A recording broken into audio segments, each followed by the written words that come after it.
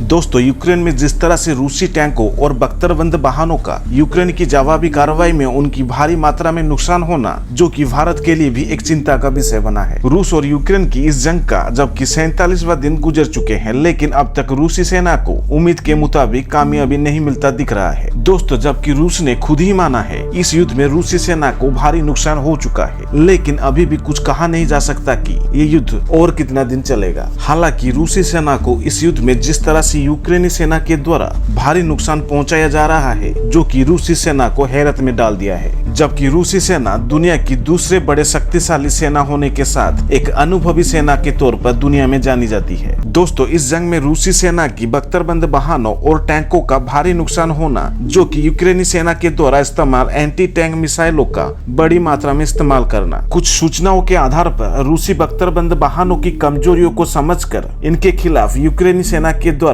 Anti tank guided मिसाइलों की भारी मात्रा में इस्तेमाल किया गया है, जिसके कारण रूसी सेना को भारी नुकसान उठाना पड़ रहा है। जबकि भारतीय सेना भी वहां चल रहे युद्ध पर करीबी से नजर रखे हुए हैं, क्योंकि रूस का यूक्रेन के खिलाफ जो हथियारों का इस्तेमाल कर रहा है, वो सारे हथियार और सैन्य उपकरण भारत के सैन्य उपकरण जैसा ही है। एक सरकारी सूत्रों ने न्यूज एजेंसी ANI को जानकारी देते हुए कहा है, यूक्रेन के वार जोन से जो इनपुट मिल रही है उसका विश्लेषण किया जा रहा है, ताकि भविष्य में भारत की बैटल टैंक और बख्तरबंद वाहनों का निर्माण करते वक्त उस पर ध्यान रखा जाएगा, जिसकी भारतीय सेना आगे जाकर उसे इस्तेमाल करेगी। जबकि भारतीय सेना पहले से ही यानी कि 2 दशकों पुरानी टेक्नोलॉजी वाले रूसी हथियार जैसे T-90, T-72 और BMP सीरीज के कम्बैट वाहनों का इस्तेमाल करता आ रहा है, जो भारतीय सेना की मुख्य आधार भी है, जिनकी तैनाती भारतीय सेना अभी पाकिस्तानी सीमाओं पर रेगिस्तानी इलाका और मैदानी इलाकों के साथ लद्दाख से लेकर सिक्किम के मैदानी इलाकों में भारी मात्रा में तैनात कर रखा है। दोस्तों, ये रूसी टैंकों को